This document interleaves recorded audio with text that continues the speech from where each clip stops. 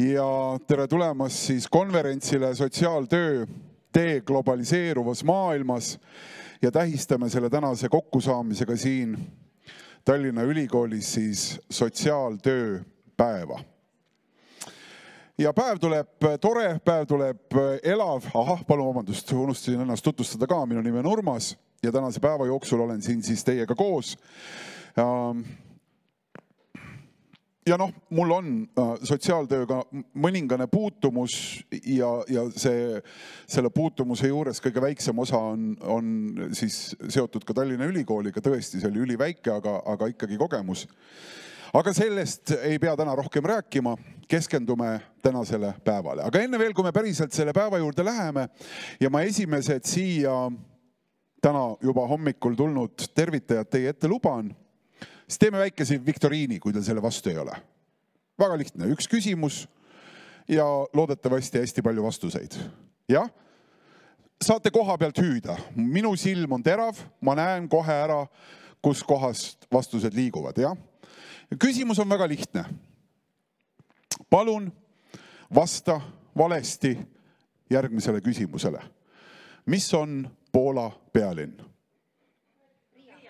Riia. Tallinn. Krakov. Berliin. Pariis, Amsterdam, Helsingi. Kas veel keegi? Ma tuletan meelde veel lihtsalt, et vale vastus küsimusele, mis on Poola pealinn. Peking, Tallinn, Washington. Okei, aitäh. Miks ma seda küsimust küsisin? Selle jaoks, et iga kord on väike võbin ka sees, et kas see töötab või ei tööta, aga täna töötas suurepäraselt. Panite tähele, mis juhtus? Palun ütle vale vastus, küsimusele, mis on Poola pealinn. Kuidas mõte liigub? Mis on Poola pealinn? Mis on õige vastus? Varssavi. Järelikult ma ei tohi öelda Varssavi. Mis ma siis pean ütlema? Tallinn, Riia, Berliin tuli kuskilt, keegi ütles Krakov, eks ju. Aga kuidas see mõte liigub ikkagi mööda linnu? Mitte keegi ei vastanud tort, kaamera, päevajuht. Need oleksid olnud kõik õiged vastused selle küsimuse kontekstis. Ehk siis, meie mõte liigub nii, et me ikkagi otsime enda peast kõigepealt selle õige vastuse ja siis hakkame selle ülesandega tegelema. Ja minu arust need üritused, kus me täna oleme, sellised konverentsid, on just selle jaoks, et murda seda mõtlemise mustrit.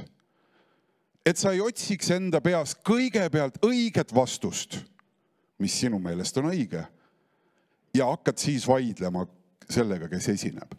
Ma tõesti soovin südamest sulle tänaseks päevaks võimalikult palju selle õige vastuse otsimise lahti laskmist ja silmitsi seismist selle tõega, mida siis need inimesed, nende tõega, mida need inimesed, kes meie tänases päevakavas on kokku lepitud teile esinema, tulevad tooma, et peas ei tekiks energiakulu sellele vaidlusele, vaid nende uute mõtete vastuvõtmisele. Võib-olla mõned uued mõtted saavad kirja pandud ka ja küllap jõuab hiljem peale tordi söömist neid ka hästi sünteesida või päeva jooksul. Sest nii päriselt on lihtsam õige oma kinnistunud võib-olla mõnikord vaateid uuendada. Ja muidugi minuga võib julgelt vaielda ja öelda, et kuule, inimese aju niimoodi töötab lihtsalt, et meil peavad olema seosed, eks. Aga olgu need seosed siis selle küsimuse juures seal, kus nad kõigepealt pakuvad meile uue võimaluse lähenemiseks.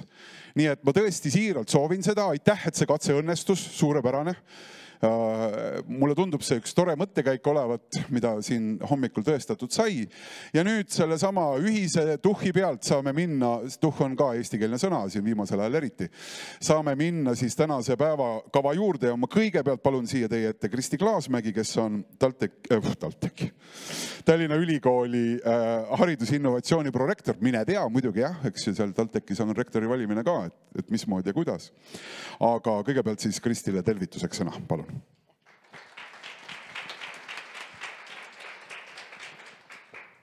Tere hommikust, head külalised, head kolleegid Tallinna Ülikoolist. Mul on väga hea meel teid kõiki tervitada siin sotsiaaltöö erialakonverentsil. Tallinna Ülikooli poolt ja lugesin huviga, mis on tänase konverentsi teemad ja minu peas tekkis kuidagi seos ja võrdlus nende teemadega, mis meil on praegu Eesti avalikkuses päevakorras. Ja ma võrdlesin teie teemasid näiteks teemadega, mis olid esil meie peaministri kõnes eelmisel nädalal Riigikogu ees. Peaminister rääkis meil majanduse olukorrast ja väljavaadetest, energeetikast, riigi kaitsest, riigi valitsemisest. Ja kui ma lugesin, mis on tänase konverentsi teemad, siis ma ei tea, mõned märksõnad olid see sotsiaaltöö tulevik, muutused kogukondades, vananemine, põlvkondade vaheline solidaarsus. Ja pealt näha täitsa erinevad asjad, aga kas ikkagi on? Ja et seda mõtlemist täna turgutada, nagu juba alustati, ma pakun ka omalt poolt välja ühe teistsuguse mõtlemise viisi või metafoori. Ja ma võrdlen sotsiaaltööd krohvivõrguga. Krohvivõrk on selline asi, mis pannakse pindadele enne krohvimist ja selle eesmärk on tagada, et see krohvitud pind oleks pärast tugev ja et ei tekiks mõrasid. Kui te vaatate ilusat seina, et ega te seda krohvivõrku ei näe. Te rõõmustate, kui te olete majaomanik või korteriomanik, et see on korras sein, ühtegi pragu ei ole, kõik on korras. Aga mis seal sees on, mis tagab selle tugevuse, ega selle peale ju ei võtle. Ja võib-olla sotsiaaltöö on üks sellistest pehmematest valdkonnadest meie riigis, mille peale meie avalikkus väga palju ei mõtle, aga teie tagate selle, et meie ühiskond oleks tugev, et meil ei oleks mõrasid, et meie majandus saaks toimida, et me oleksime valmis oma riigi kaitseks. Ja tõesti, me ilmselt igapäevaselt ei mõtle selle peale, teie seda tööd teete, aitäh teile selle eest. Ja ma tõesti loodan ka, et tänane päev annab teile uut inspiratsiooni, uut viisi, kuidas mõtelda, et saate korraks oma igapäevasest tööst välja astuda ja mõelda, kuidas edasi minna. Soovin teile väga huvitavat konverentsipäeva. Aitäh, Kristi! Suur tänu! Järgmisena siia teile esineja või tutvustaja või tervitaja, kes on tõenäoliselt suuremale osale saalile väga-väga hästi teada ja tuttav. Inimene, kelle töö on toonud Eestis sotsiaaltöö sellisena pildile, kaardile, ka hariduse võtmes. Emeriitprofessor Taimi Tulva, palun.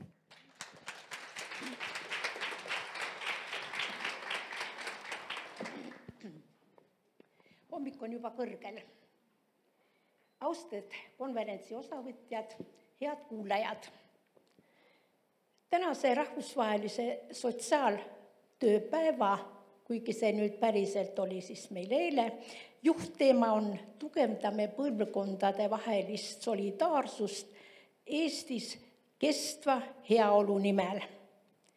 See teema kõnetab ühiskonda ning vajab kindlasti ajas korduvalt mõtestamist.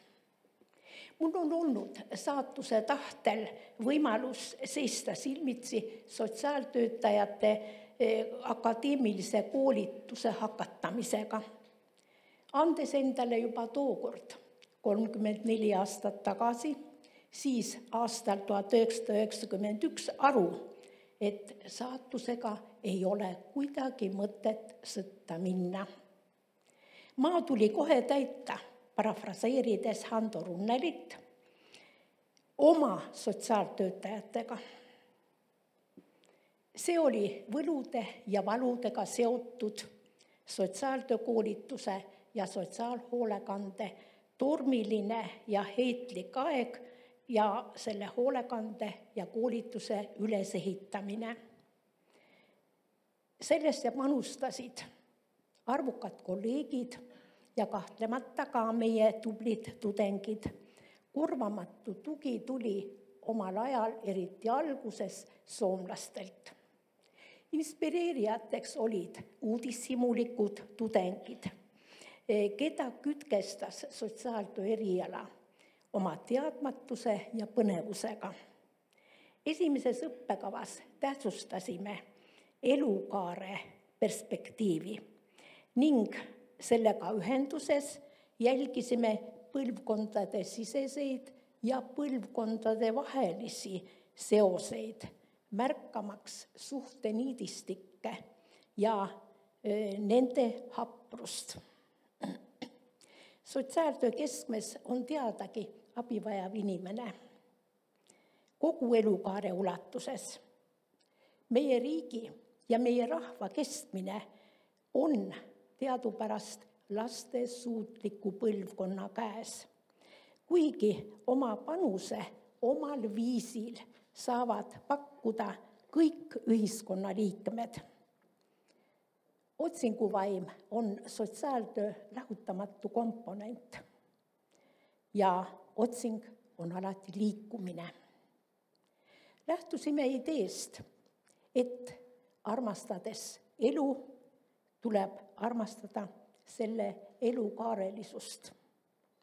See lühitervitus tõukubki sellega seotud mõtetest ja meeleoludest.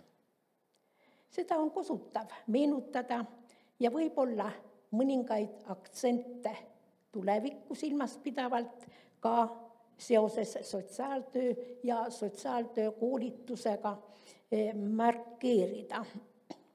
Sotsiaaltöötajaks, ühiskonnaarstiks saadakse elukutsel. Ja sellest kutsungist võib kujuneda elukutse. Minu sotsiaaltöö radadel kulgemine on olnud pikk, on olnud täis keerdkäike, riske, hulgaliselt kordaminekuid, mis salata ka pettumusi.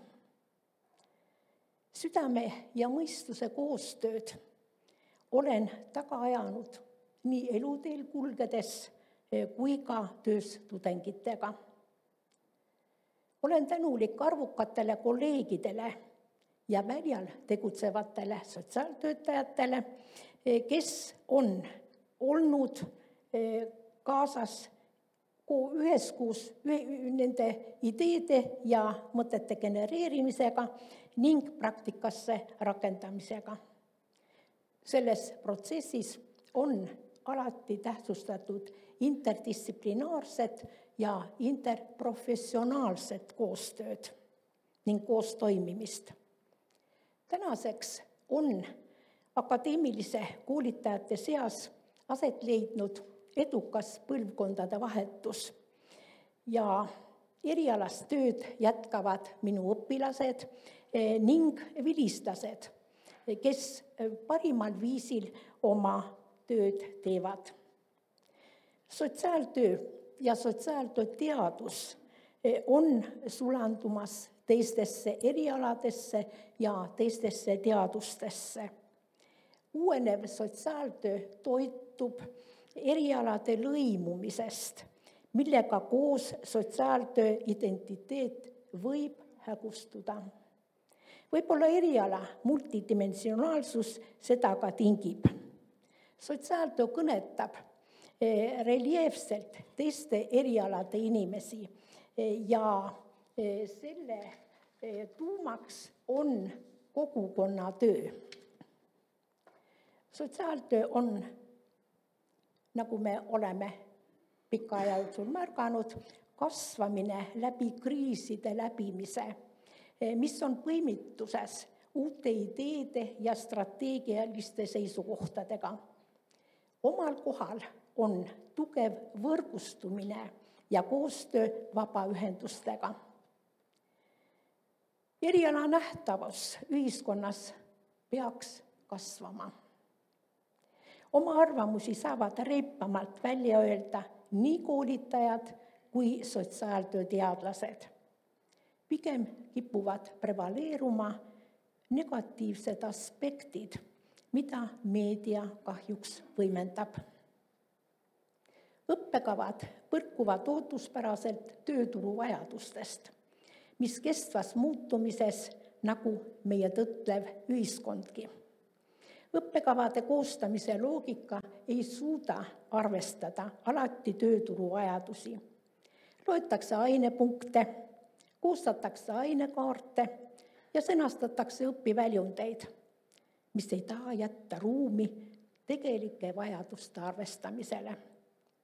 Arvamuste paljusus nõuab tegijatelt aga ühisosa leidmist ja tublit koostöötahet. Digitaalne eluviis kutsub esile muutusi nii õpetamisprotsessis kui ka väljal töötades. Päev tõstab sotsiaalne ärevus ja võib-olla saab ümbritseva erutusfooni trotsida ja meelt vaigistada, suurendades oma enda analüüsioskust ning tuleviku projekteerimise võimet. Muutuvas maailmas võidab see, kes maailmaga kaasas käib natuke kiiremini kui maailm, jõuab maailmast ette, oskab ette näha neid küsimusi, neid lahendusi, mille elu talle ette seab, on elegantselt lausunud president Lennart Meri. Teaduses vajab ühendamist nii öelda iidne tarkus ja moodne tarkus. Siit kaudu vajadus arvestada digimaailma alatise kohalolekuga ja tehisintellektiga. Mõistagi kannab see endas nii võimalusi kui ohte. Akadeemik Marek Tamm toonitab, et üha enam luuakse hingekella inimesele endale, sest inimese tehtud hakkavad masinad paremini tegema. Kui tahame, et teadus elaks, siis tuleb nähtavasti ideede kaardipakke segada ja uus käik vallandada. Sotsiaaltöötajatel, veel enam koolitajatel lasub vastutuse koorem. Praktikuid rõõmustab, kui uurimistööde tulemused rahvuskeelest nendeni jõuavad, aitamaks seeläbi teooria ja praktika vahelist kuristikku vähendada. Suurepärast tööd teeb sellel suunal sotsiaaltööajakiri. Üks asi veel ja võib-olla peaasi. Hoidkem kõrgel sotsiaaltöötaja väärikust ja ametiidentiteeti, mis avaldub esmajoones sirgeselgsuses, loovuses ja leidlikkuses oma asja ajamisel. Meie kõigi kohus on uueneda ja paindlikult muutustega kohaneda, et sealjuures targa ja arukana siiski hoida oma vaimset, füüsilist ja sotsiaalset heaolu. Vähetähtis pole omaenda loomisväe kasvatamine ja sellesse panustamine. Valdur Mikita teab öelda, targa kõige olulisemaks tunnuseks on vaimunõtkus. Targa inimese tunneb ära teistmoodi oleku, nähtamatu energia järgi ja see on nagu värskendav tuulehoog. Selle loova mõttevälgatusega tasub nõustuda. Ootuspärane on eriala elujõu kasvatamine, toonitan elujõu kasvatamine, tugevama ühes hingamise kaudu, mis seotud kindlasti eriala eetika ja kultuuriga.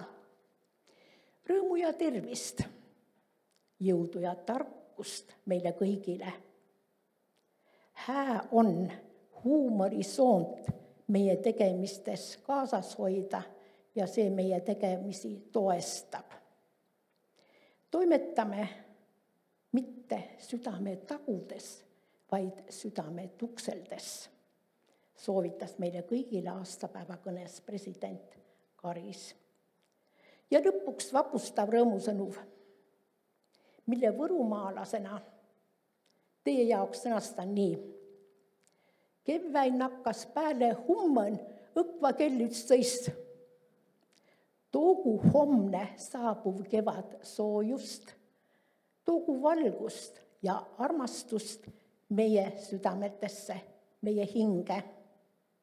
Seda vajame ja selle lootusrikka teadmisega siinkohal lõpetan. Tänan.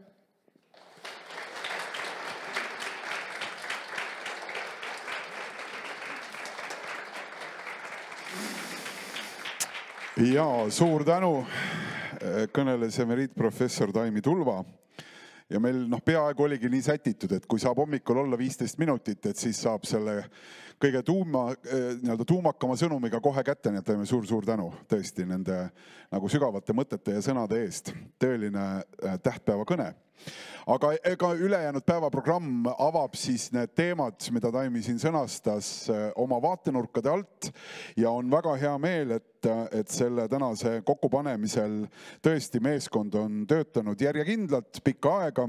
Sotsiaaltöö dotsent ja sotsiaalkaitse suuna juht Ühiskonnateaduste Instituudis Ingrid Sindi on olnud oma meeskonnaga selle taga. Ingrid, palun sinu kord. Ja tere hommikut ka minu poolt, head kolleegid, armsad tudengid ja head konverentsikülalised. Mul on tõesti suur rõõm ja au tervitada kõiki tänaseid osalejaid meie sotsiaalkaitse suuna nimel, sealhulgas meie konverentsi meeskonna, tegelikult naiskonna nimel. Nii et tõesti tere tulemast. Ja nagu juba öeldud, et eile tähistasime rahvusvahelist sotsiaaltööpäeva ja tegelikult täna selle sotsiaaltöö eriala konverentsiga me seda tähistamist tõepoolest ka jätkame. On väga oluline, et meie teadlased, õppejõud, praktikud, tudengid, poliitikakujundajad, üldse sotsiaaltöö edendajad, et me ise väärtustame ja hoiame sotsiaaltöö eriala ja seega ka tähistame seda. Nii et ainult selliselt me kanname seda sotsiaaltöö tähendust ja sotsiaaltöö eriala eilsest homsesse. Seega veel kord aitäh teile täna siin olemast, üheskoos tähistamast, sotsiaaltööd mõtestamast. Nii et sisukat konverentsi meile, põnevaid arutelusid, head kuulamist ja jätkakem siinkohal, aga kui võib, siis kohe ütlen ka, et meil on tulnud veel külalisi ja palun ootame teid siia ettepoole istuma. Aitäh! Aitäh, Ingrid!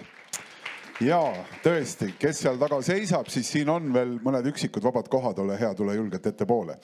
Enne veel, kui tänase päevakava pikemate ettekannete juurde palun kuvada teie ette ekraanile siia ka ühe QR-koodi, see on siis Slido keskkond, mille kaudu saab küsimusi minuni saata. Ole hea, kui sa avad oma telefoni, siis siia sellele suurele ekraanile sihtides peaks see kodulehekülg avanema ja kui sinu elus on teiste raudkindlate põhimõtete kõrval see, et mina QR-koodi ei kasuta, siis saad sisse logida ka slido.com, kirjutades sinna teemaviite või trellid, kuidas keegi soovib, 343-7206 pääseb ka otse QR-koodi siis vältides, aga omavahel öeldes QR-kood on ohutu ja kahjutu, nii et võib julgelt kasutada.